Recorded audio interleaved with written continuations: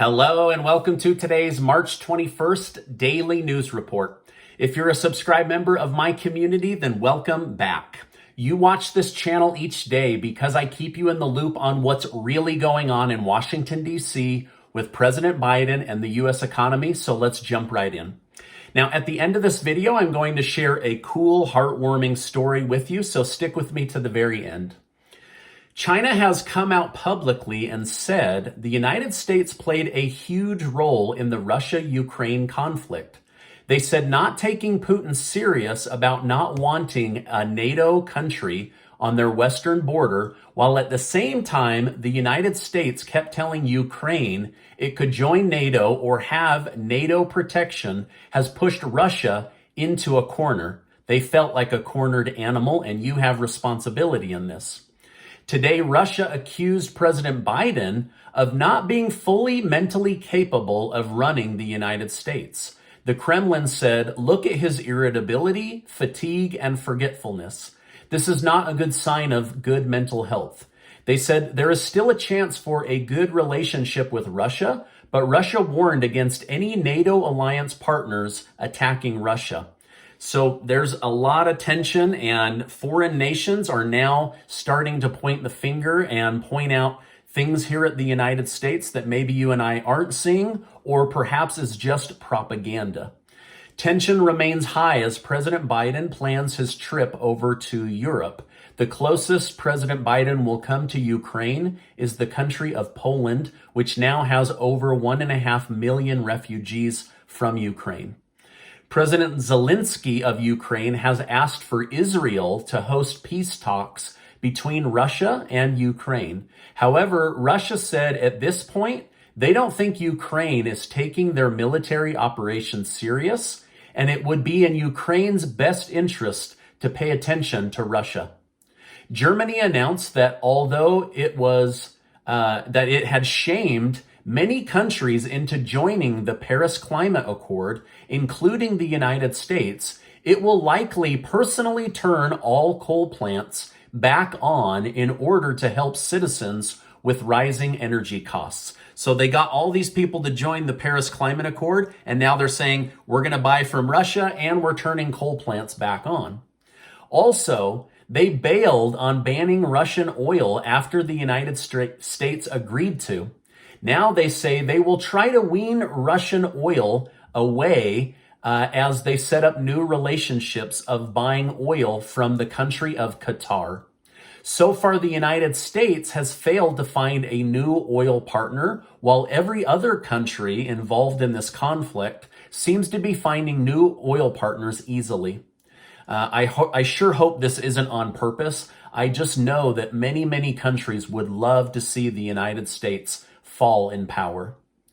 Despite trillions of dollars in new debt being pumped into the U.S. economy by government leaders, economists say the United States is showing several months of data that the U.S. economy is slowing down.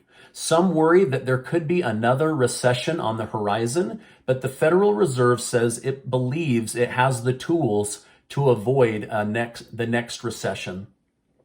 The Federal Reserve raised rates by a 1/4 point last week. However, many are now saying the Federal Reserve should have raised rates by 0.5% or a full percent to show that they are taking inflation seriously.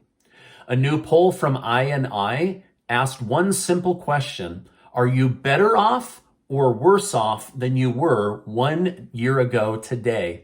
Now, I'll be asking this over on my community page. I would love if you would go and answer that in the new poll that I'm doing. But here were the results. The results of the poll showed 78% of Americans say they are worse off today than they were exactly 1 year ago today. Around 20% said that they were better off, and the remaining percentage said they're about the same, but life is more expensive. Civic polls showed President Biden's approval rating has fallen yet again. They are showing his approval rating at 36% approval and 55% disapproval regarding is he able to run the country. But nowhere is Biden struggling more than in key swing states like Pennsylvania, Michigan, Georgia, Wisconsin, and Arizona. Many Democrat election experts say these states will likely flip more red, and that Biden won't be asked to endorse or campaign because his endorsement will likely have a negative impact on party leaders. Now, most polls are based on 1,000 random American respondents. However, a new poll with 179,000 people showed President Biden is losing support fastest among independent voters and Latino voters. This week, Congress will be interviewing Judge Ketanji Brown Jackson to see if she is the right fit for becoming the next Supreme Court justice once Justice Stephen Breyer officially retires. If she is found to be the right fit and gets enough votes, she will be sworn in later this year. If not, Biden will go back to his pool of potential candidates and the process will start over. Senator Richard Blumenthal is getting a lot of negative attention in the media right now. He said that he failed to disclose his family investing $2.5 million during the pandemic in Microsoft, Amazon, and Google, just to name a few. Now, not only is this against the rules of Congress, but these are all companies that get major government contracts, and the senator, based on his assignment in Congress, gets beforehand privileged information before the general public.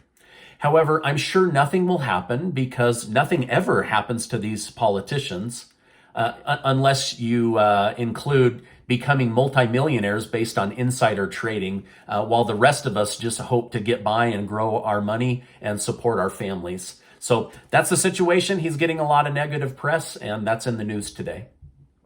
A new poll revealed nothing is hurting American wallets more than high gas prices. The White House continues to say there isn't much they can do about the Putin price hikes, but they will continue to research all available options. So again, this is all Vladimir Putin's fault. Biden reiterated to his own party that Democrats did not cause these price hikes. Vladimir Putin did. And he was adamant that this was all Putin's fault.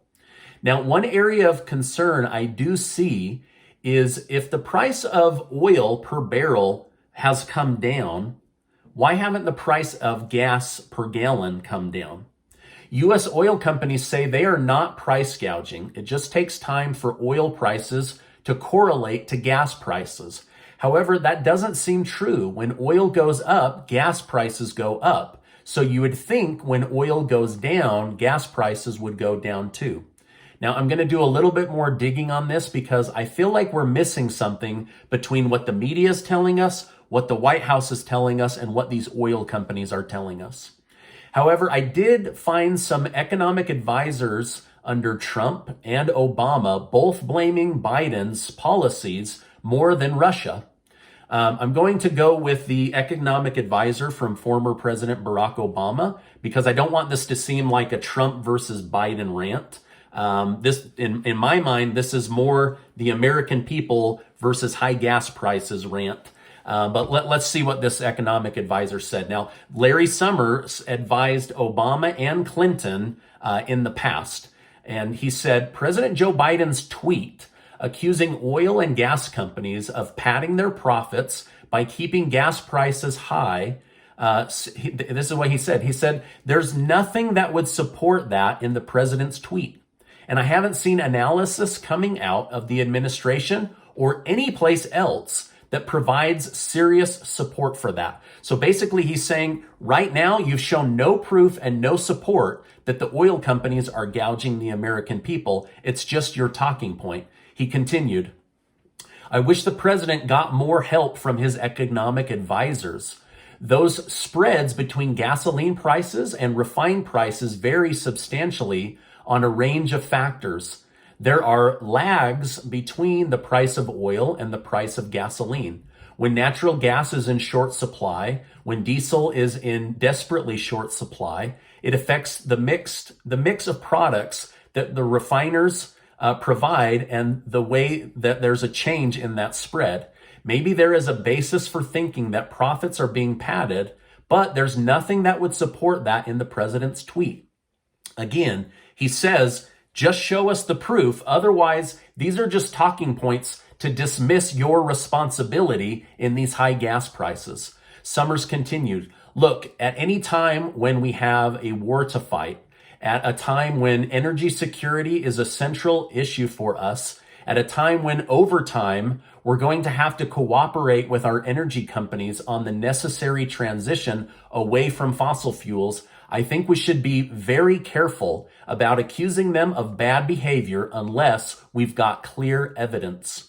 Now, the administration may have clear evidence, and if so, I'll be the first to admit and want to look and evaluate the evidence. But this kind of comparison that was contained in the president's tweet, I'm afraid, does not represent clear evidence. So President Obama's own economic advisor basically said the current president is gaslighting the American people and telling a false narrative.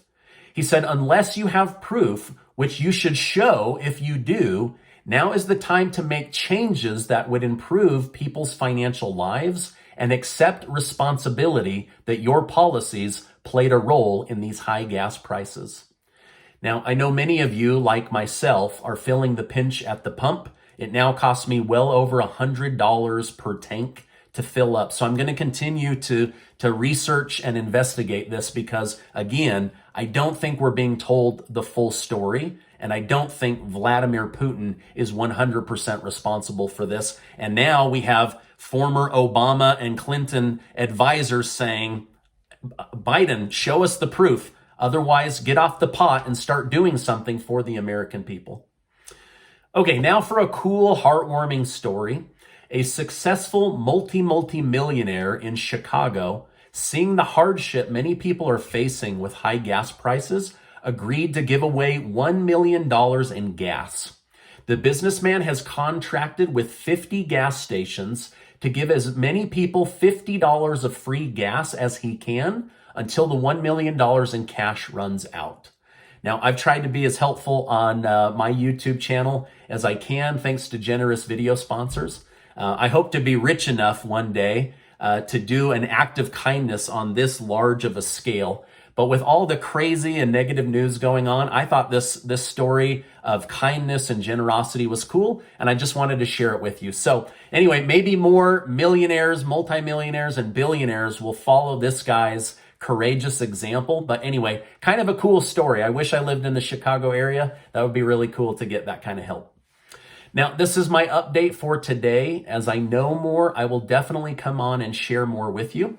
Remember that Casey and I are giving away cash, hats, and shirts or hoodies to 200 people here in our YouTube community. It's our merch in the month of March giveaway, and we're excited to be able to do that for people, and I'll make sure to leave a link down below. Now, before you go, I just want to remind you that you are amazing. I appreciate you being in my community, and I'll see you on the next video.